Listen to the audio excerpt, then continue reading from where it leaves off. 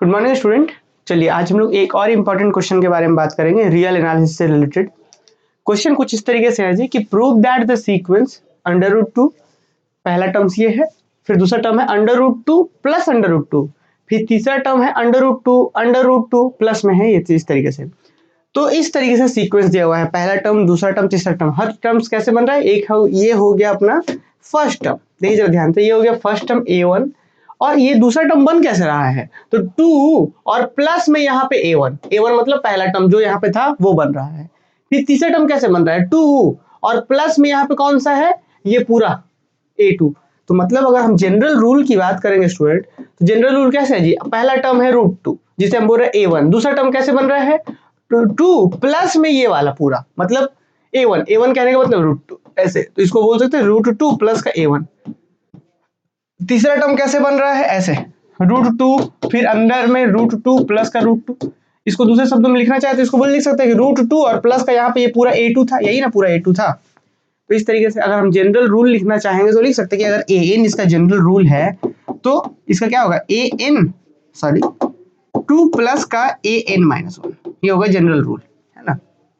तो मुझे लग रहा है कि आइडिया लग रहा होगा कि जनरल रूल कैसे लिखा गया है यहाँ पे, कि जो है देखिएगा ध्यान से, 2 है, यहाँ 2 है, देखिए A2 है तो यहाँ 1, A3 है तो 2, तो an होगा तो an-1।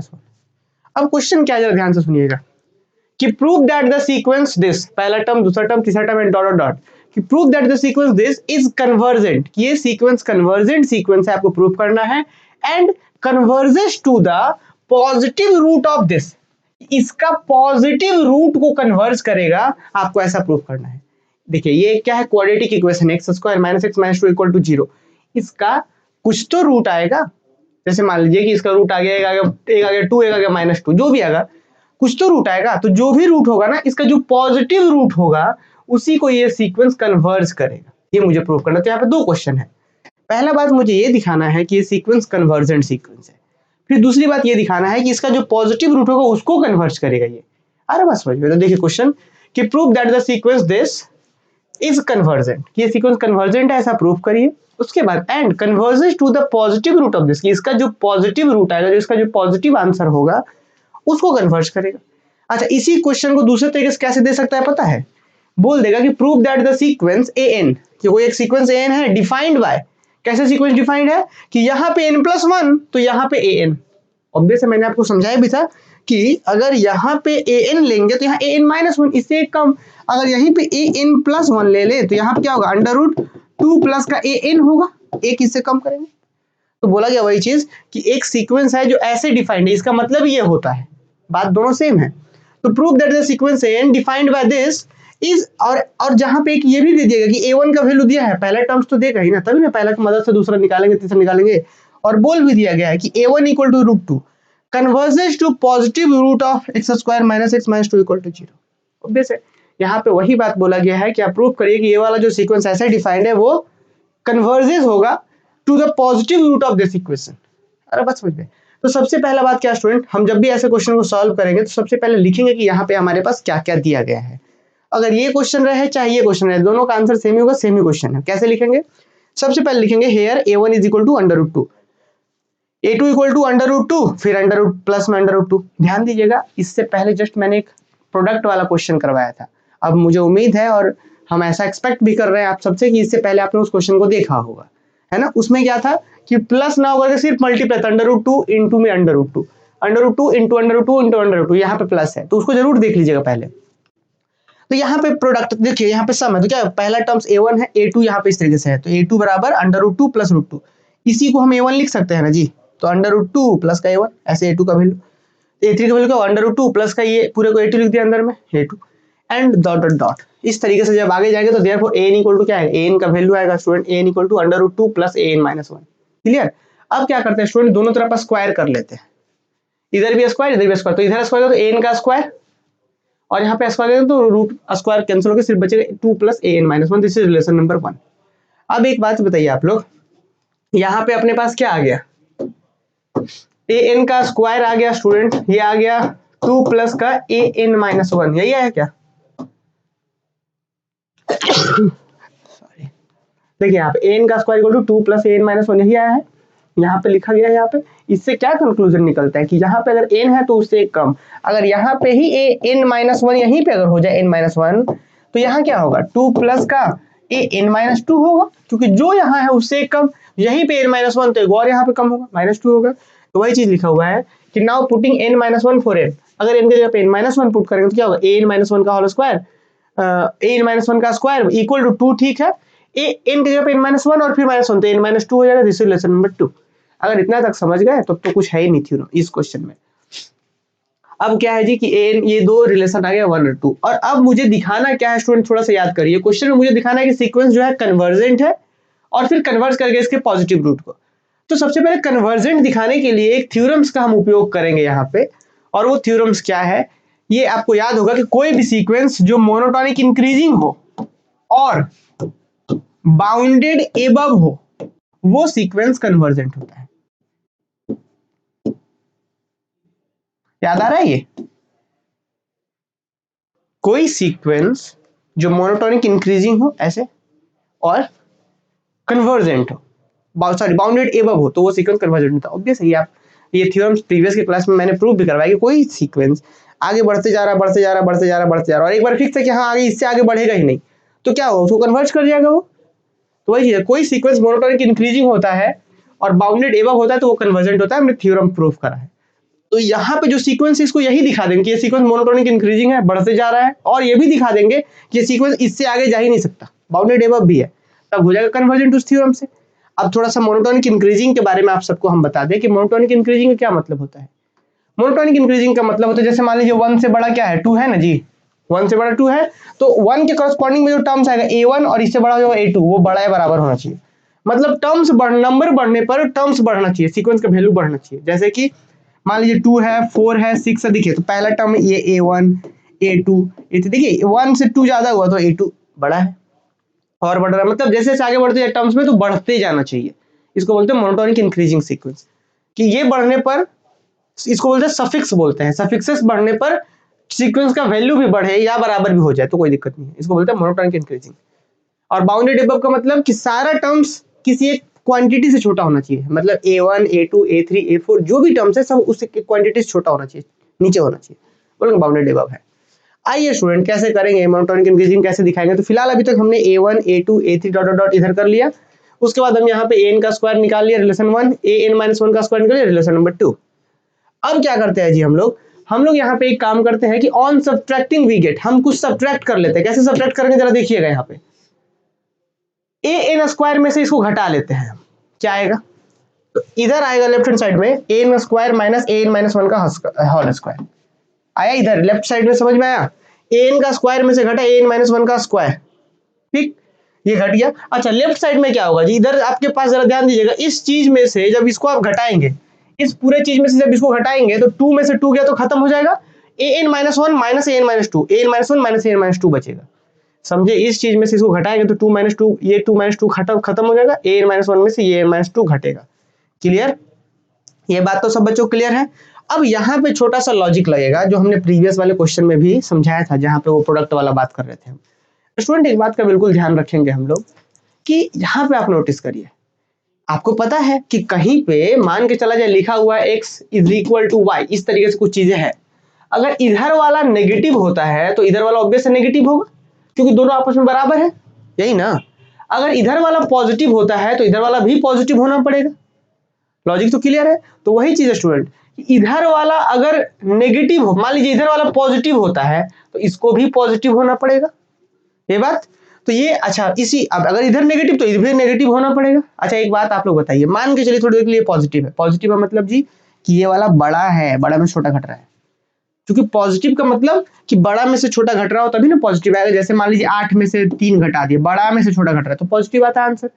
तो वही चीज कि अगर इसको आप थोड़ी देर के लिए पॉजिटिव मानना चाह रहे हैं तो क्या मान रहे हैं आप, मतलब ये वाला बड़ा है इससे, मतलब an-1 is greater then an-2, तब जाके पॉजिटिव होगा। और अगर ये पॉजिटिव है मतलब an-1 इससे बड़ा है तभी ना पॉजिटिव है, और अगर ये पॉजिटिव मतलब ये इससे बड़ा है, और अगर ये पॉजिटिव मतलब ये भी पॉजिटिव होगा, और ये पॉजिटिव का मतलब फिर से वही बात an is greater then an-1। क्यों भाई, क्योंकि हमें पता है कि अगर 2 ग्रेटर है 1 से तो 2 का स्क्वायर भी ग्रेटर होगा 1 के स्क्वायर से।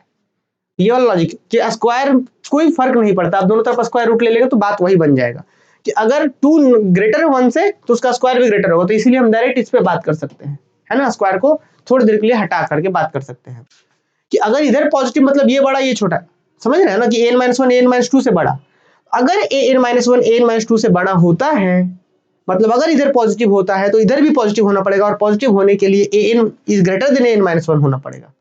मतलब समझे कि अगर ये इससे बड़ा है तो a इससे बड़ा होगा, और अगर इधर नेगेटिव होता है स्टूडेंट, नेगेटिव मतलब an-1 is less than this, तो उस केस में an is less than an-1, इधर भी नेगेटिव होना पड़ेगा।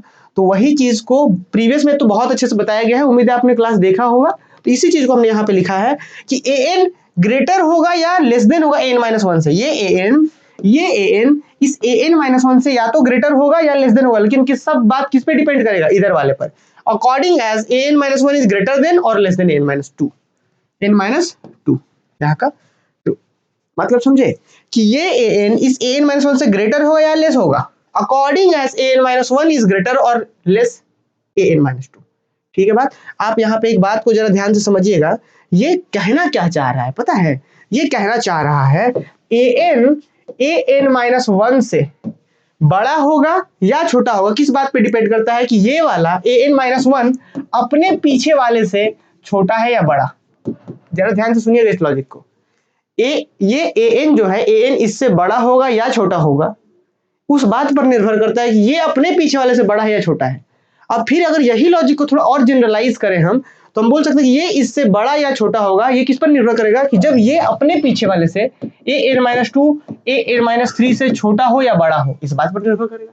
इस तरीके से धीरे धीरे धीरे धीरे आप जाते जाते जाते जाते एक समय ऐसा आएगा कि a2 और a1 पर डिपेंड करने लगेगा कि अगर a1 से बड़ा a2 तो a2 से बड़ा a3, a3 से बड़ा a4, a4 से बड़ा a5। मतलब समझे इस लॉजिक को एक बार फिर से सुनिए क्या बोला गया है। अभी हमने जो लॉजिक देखा वो क्या था जी, अभी जो हमने लॉजिक देखा वो कुछ इस तरीके का था कि an-1 से बड़ा होगा। कब बड़ा होगा, जब an-1 अपने पीछे वाले से बड़ा हो। छोटा वाला भी केस लेके चल सकते हैं, an-1 an-2 से सॉरी an-1 से बड़ा होगा कब, जब ये वाला अपने पीछे वाले से बड़ा हो। अब सेम वही लॉजिक यहाँ भी तो लगा सकते हैं कि an-1 an-2 से बड़ा हो कब, जब an-2 अपने पीछे वाले से बड़ा हो।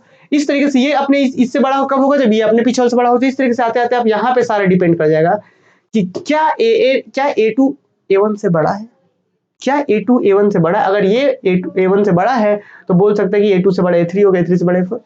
तो यही लॉजिक है, क्लास में और डिटेल में बताया गया, यहाँ तो बस हम लोग रिवीजन कर रहे हैं चीजों को। तो स्टूडेंट आइए क्या हम बोल सकते हैं यहाँ पे जी कि देखिए जरा ध्यान से एकदम समझना है इस चीज को कि बोला गया कि an इससे या ग्रेटर या लेस देन होगा अकॉर्डिंग एज an-1 और ग्रेटर और लेस देन an-2। यहाँ तक ठीक है। नेक्स्ट, बट हमें पता है कि a1 से तो बड़ा है a2। क्यों बड़ा है, क्योंकि a1 का मतलब क्या था, a1 का मतलब √2 था। a1 का मतलब √2 था, देख लीजिए आप यहाँ पे a1 का मतलब क्या था जी, a1 का मतलब √2 था। तो a1 का मतलब √2 से तो ये बड़ा ही ना होगा। क्यों बड़ा होगा, क्योंकि भाई √2 में कुछ तो जुट रहा है अंदर में, तो ऑब्वियस ये बड़ा होगा। तो a1 से तो a2 बड़ा है, और जैसे ही एक आप निकाल दिए कि a1 से a2 बड़ा है, तो इसी लॉजिक पर बोल सकते हैं a1 से a2 बड़ा, तो a2 से बड़ा a3 होगा, a3 से बड़ा a4 होगा। इस लॉजिक को ध्यान में रखते हुए तो हम फाइनली बोल सकते हैं कि 10 इसका मतलब इंप्लाई कर रहा है कि a1 से बड़ा a2, a2 से बड़ा a3, a3 से बड़ा a4 डॉट डॉट डॉट। इस तरीके से और भी अगर बढ़ाना चाहे तो आप बोल सकते हैं क्या कि an-1 से बड़ा an और डॉट डॉट डॉट। इस तरीके से ये चलता जाएगा सीक्वेंस। इसका मतलब the sequence an is monotonically increasing. Monotonically increasing क्यों, क्योंकि टर्म्स बढ़ते जा रहा है। आप वैसे भी देख लीजिए आप यहाँ पे √2 से बड़ा क्या है, ऑब्वियसली ये वाला बड़ा है। क्यों भाई, क्योंकि √2 तो है ही, साथ में कुछ और अंदर में है तो बड़ा वैल्यू होगा। ये √2 तो है ही, ये भी है, कुछ और भी है तो ये और बड़ा होगा। तो इस तरीके इंक्रीजिंग करते जा रहा है। तो हमने दिखा दिया सीक्वेंस जो है मोनोटोनिक इंक्रीजिंग हो गया। मुझे यही ना दिखाना था कि सीक्वेंस मोनोटोनिक इंक्रीजिंग हो जाए और बाउंडेड एबव हो जाए, ये दो बातें है ना।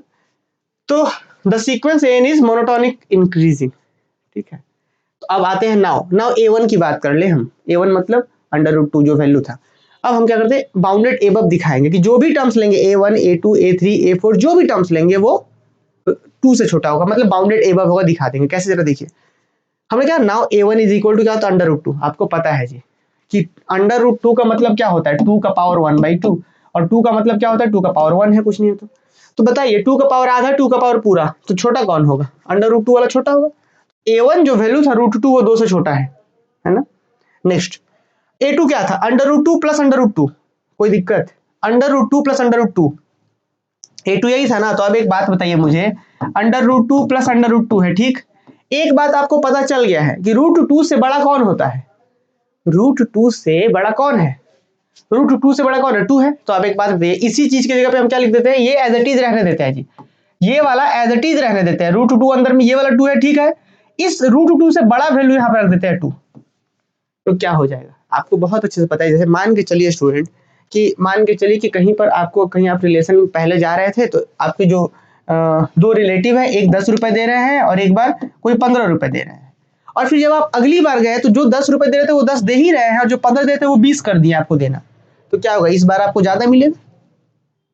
समझे, कहीं आप रिलेटिव में जा रहे हैं, आपको 10 रुपए एक व्यक्ति दे रहे हैं, एक व्यक्ति 15 रुपए दे रहे हैं, और फिर क्या हुआ, अगली बार जब आप गए तो ये वो 10 दे रहे थे वो 10 ही दे रहे हैं, लेकिन 15 वाले 20 देने लगे, तो अब क्या होगा, इधर वाला ज्यादा हो जाएगा। वही बात यहाँ हुआ है कि √2 प्लस √2 था, तो ये 2 जहां है वो एज इट इज है, लेकिन यहाँ पे जो √2 था इससे अधिक यहाँ मिल गया मुझे, क्योंकि √2 से अधिक होता है 2, यहाँ मिल गया, तो ऑब्वियसली ये पूरा बड़ा हो जाएगा, तो ये बड़ा हो जाएगा, तो वही हमने यहाँ लिखा है कि a2 बराबर ये होता है, ठीक है, लेकिन इससे बड़ा कौन हो जाएगा, ये 2, ठीक है, इसके बराबर हम 2 रख दिए, ये बड़ा होगा। इसके बराबर कौन होता है जी, इसके बराबर कौन होता है, इसके 2 प्लस 2 कितना हो गया 4, 2 प्लस 2 कितना हुआ 4 हुआ, √4, और √4 का वैल्यू कितना होता है 2 होता है ना। तो अब एक बात जरा ध्यान दीजिएगा, इस a2 के बराबर था ये, a2 के बराबर था ये, और इससे बड़ा हो गया ये वाला, और इसी के बराबर में है 2, तो अब क्या बोलेंगे कि इससे बड़ा फाइनली ना हुआ जी 2। जरा ध्यान से सुनिएगा कैसे, देखिए इससे, देखिए a2 इसके बराबर है और इससे बड़ा वैल्यू है, ये बड़ा वैल्यू कैसे हुआ, क्योंकि यहाँ पे यूज किया गया है, ये a2 बराबर है इसके और इससे बड़ा है ये अपना 2, तो क्या बोल सकते हैं फाइनली कि a2 से बड़ा है 2। आपने नोटिस करा कि यहाँ पे a2 से भी बड़ा हो गया 2, a2 से मतलब √2 प्लस √2 इससे बड़ा हो गया 2, तो फाइनली देखिए वही हमने लिखा कि a1 से भी बड़ा 2, a2 से भी बड़ा 2। हमने a3 में आते हैं, a3 में देखिए a3 बराबर ये था, कोई दिक्कत नहीं। अब तुरंत वही हमने तुरंत यूज करा है कि इससे बड़ा वैल्यू कौन है, 2 है। देखिए a2 से बड़ा 2 है ना, a2 का मतलब ये, इसके जगह पर इससे बड़ा वैल्यू रख सकते हैं, वही वाली बात रिलेटिव वाला कि यहाँ से ज्यादा इतना मुझे दिन लग रहे थे, वही बात कि इसके जगह पर हम इससे बड़ा वैल्यू 2 रख दे, तो √2 प्लस सिर्फ 2, तो 2 4 हो जाएगा। तो वही हमने कहा a3 बराबर ये होता है, इसके जगह पर हम इससे बड़ा वैल्यू 2 रख दिए, तो इससे बड़ा हो जाएगा √2 प्लस 2, और फिर फाइनली इसका 2 आ जाएगा। तो फाइनली जब तुलना करेंगे a3 का इस 2 से, तो क्या a3 लेस देन 2, इस तरीके से a3 लेस देन 2, तो फिर फाइनली अब a4 में आएंगे तो वो भी लेस देन 2 हो जाएगा, एंड सो ऑन लिखा गया है। तो इसका मतलब therefore an is bounded above. क्यों बाउंडेड अबव, क्योंकि हर एक terms a1 a2 a3 a4 a5 जो भी टर्म्स लेंगे वो 2 से पीछे ही है, 2 से छोटा ही है, इसीलिए। तो फाइनली बोल सकते हैं दस the sequence is monotonic increasing and bounded above, कि कोई सीक्वेंस, ये जो सीक्वेंस हुआ मोनोटोनिक इंक्रीजिंग भी है और बाउंडेड अबव भी है, hence it must be convergent, से इट कन्वर्जेंट टू एल।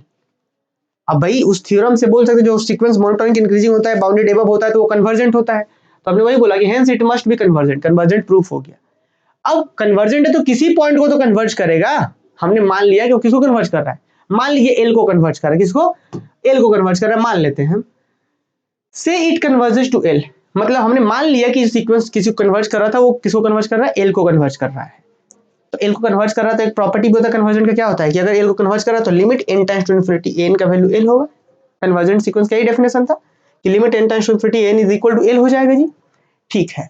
अब मुझे क्या प्रूफ करना था, मुझे तो ये प्रूफ करना था कि ये सीक्वेंस किसी और को कन्वर्ज नहीं कर रहा है, बल्कि x square minus x minus कितना है -2 इक्वल टू 0, इसके एक पॉजिटिव रूट को कन्वर्ज कर रहा है, किसे कर रहा है, इसके एक पॉजिटिव रूट को कन्वर्ज कर रहा है।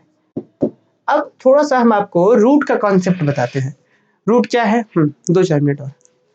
तो देखिए रूट का कॉन्सेप्ट क्या होता है, रूट का कॉन्सेप्ट होता है कि वेरिएबल का वैसा वैल्यू जो इस पे पुट करने से सेटिस्फाई कर जाए। जैसे मान के चलिए कि हम यहाँ पे m पुट कर रहे हैं, और m पुट करने से m का square minus m minus 2 is equal to अगर 0 आ जा रहा है तो हम बोल सकते हैं कि m इसका एक रूट हो गया। पॉजिटिव रूट का हम चर्चा करेंगे, लेकिन रूट क्या कॉन्सेप्ट, तो रूट का मतलब होता है कि वेरिएबल का वैसा वैल्यू जो यहाँ पुट करें मतलब x के जगह पर पुट करते हैं, x square minus x minus 2, तो जहां x है वहां पुट करने से अगर सेटिस्फाई कर गया, 0 आ गया, तो बोलोगे this is a root. Clear. तो हमने क्या माना है स्टूडेंट, जरा ध्यान दीजिएगा, हमने बोला कि सीक्वेंस कन्वर्जेंट है थ्योरम से, अब बोल दिए कि कन्वर्जेस टू एल, मतलब limit n tends to infinity n equal to l हो गया। नेक्स्ट आ जाइए, now from one we have, हमारे पास रिलेशन वन से क्या मिलेगा, हमारे पास रिलेशन वन से मिलेगा, याद करिए एन का square equal to 2 plus n minus 1 था, n square equal to 2 plus n minus 1, तो वही था n square equal to 2 plus n minus 1। ठीक है जी, अब दोनों तरफ लिमिट लगा देते हैं, लिमिट हम लगा सकते हैं, तो लिमिट लगाएंगे इधर, तो limit n tends to infinity n का स्क्वायर पे लिमिट लगेगा, 2 पे लिमिट लगेगा नहीं, कांस्टेंट है इसलिए, plus limit n tends to infinity n minus 1। अब एक बात बताइए, ये एन का स्क्वायर है मतलब एन इंटू एन है, 2 बार एन है, और आपको पता है लिमिट प्रोडक्ट में बढ़ता है, एन पर भी फिर एन पर पे, मतलब एन पर भी बटेगा फिर दूसरे बार एन पर भी बटेगा, 2 बार एन, तो एन पर लिमिट आएगा तो एल, फिर एक बार और एन पर लिमिट आएगा तो एल, तो L into L, L square हो जाएगा, इसका कितना वैल्यू हो जाएगा, एल स्क्वायर हो जाएगा। और इस एन माइनस 1 पर जब लिमिट लगेगा, क्योंकि एन का लिमिट एल था, एन माइनस 1 पर भी लिमिट एल होगा, क्यों, क्योंकि एन टेंड्स टू इन्फिनिटी कराना है, और इन्फिनिटी में एक घटा देते हैं तो कोई फर्क पड़ता नहीं है, तो इसका वैल्यू कितना हो जाएगा, इसका वैल्यू हो जाएगा एल, तो ये हो गया अपना एल स्क्वायर, ये हो गया है एल, और ये हो गया प्लस 2, तो एल स्क्वायर, ये एल उधर गया तो माइनस एल, और ये माइनस 2, तो l square minus l minus 2 is equal to 0। आ रहा बात समझ में। और अब आप लोग ही मुझे एक बात बताएंगे, ये जो एल था से इट कन्वर्जेस टू एल, अब एक बात बताइए सीक्वेंस क्या था, सीक्वेंस में कहीं पे भी नेगेटिव था क्या जी, सीक्वेंस में कहीं नेगेटिव था क्या, नहीं था, पहला ही टर्म रूट 2 पॉजिटिव है, रूट 2 अंडर प्लस 2, तो सब दो टर्म पॉजिटिव है, तो सीक्वेंस का सारा ही टर्म जब पॉजिटिव जा रहा, पॉजिटिव पॉजिटिव और इंक्रीजिंग भी है, तो कभी पीछे तो जा नहीं सकता, तो positive positive positive positive positive, तो जहां कन्वर्ज करेगा वो भी तो पॉजिटिव होगा, क्योंकि पीछे जा नहीं सकता, नेगेटिव हो नहीं सकता, तो जब पॉजिटिव जा रहा है तो जो एल को कन्वर्ज कर रहा है, एल कभी पॉजिटिव, एल कभी नेगेटिव हो सकता है क्या, कभी नेगेटिव नहीं हो सकता, एल क्या है, एल पॉजिटिव है, ऑब्वियस है एल पॉजिटिव है, और एल एक और चीज हो गया, l square minus l minus 2 equal to 0, तो एल रूट भी हो गया किसका, x square minus x minus 2 is equal to 0 का, इसका रूट भी हो गया एल। कैसे हुआ, क्योंकि हमने पढ़ा है रूट का कॉन्सेप्ट कि भाई जो इसको सेटिस्फाई कर देगा वो इसका रूट हो जाएगा, तो देखिए ना l square minus l minus 2 equal to 0, तो मतलब l is the root of this equation, तो एल रूट भी हो गया और एल पॉजिटिव भी हो गया, तो हम बोल सकते हैं l is positive root of this. Positive क्यों हुआ, क्योंकि सीक्वेंस के सारे टर्म्स पॉजिटिव है, तो एल जिसको कन्वर्ट करेगा वो भी पॉजिटिव होगा, इसलिए तो वही लिखा हुआ है आगे कि since all terms of sequence is positive so L is also positive, क्योंकि सीक्वेंस का सारे टर्म्स पॉजिटिव है तो जो कन्वर्ट करेगा वो भी आल्सो पॉजिटिव होगा, and we have l square minus l minus 2 equal to 0, इसका मतलब क्या है कि therefore l is positive root of x square minus x minus 2 equal to 0, finally हम बोल सकते हैं कि thus an converges to positive root of x square minus x minus 2 is equal to 0। तो मुझे लगता है कि सही बच्चों को बहुत अच्छे से समझ में आया होगा, फिर भी अगर कहीं पे डाउट्स है तो आप हमसे पूछ सकते हैं कमेंट के माध्यम से, और व्हाट्सएप के माध्यम से, टेलीग्राम चैनल के माध्यम से, है ना। बाकी मिलते हैं हम लोग अगले सेमेस्टर की क्लासेस में, और हाँ आप लोग को बता दें कि भाई बहुत अच्छे तरीके से क्लासेस चल रहा है धनबाद मैथ्स अकेडमी एप्लीकेशन पर, एक ऑफलाइन क्लासेस से बहुत बेहतर, है ना, तो आप ज्वाइन कर सकते हैं मिनिमम फी में, और बाकी बहुत सारे डेमो लेक्चर्स हैं, और यहाँ ध्यान रहे ये सब जो लेक्चर्स है ना भाई रिवीजन करा रहे हैं, इसको और बेहतर तरीके से क्लासेस में बताया जाता है। मिलते हैं हम लोग अगले क्वेश्चन के साथ, थैंक यू।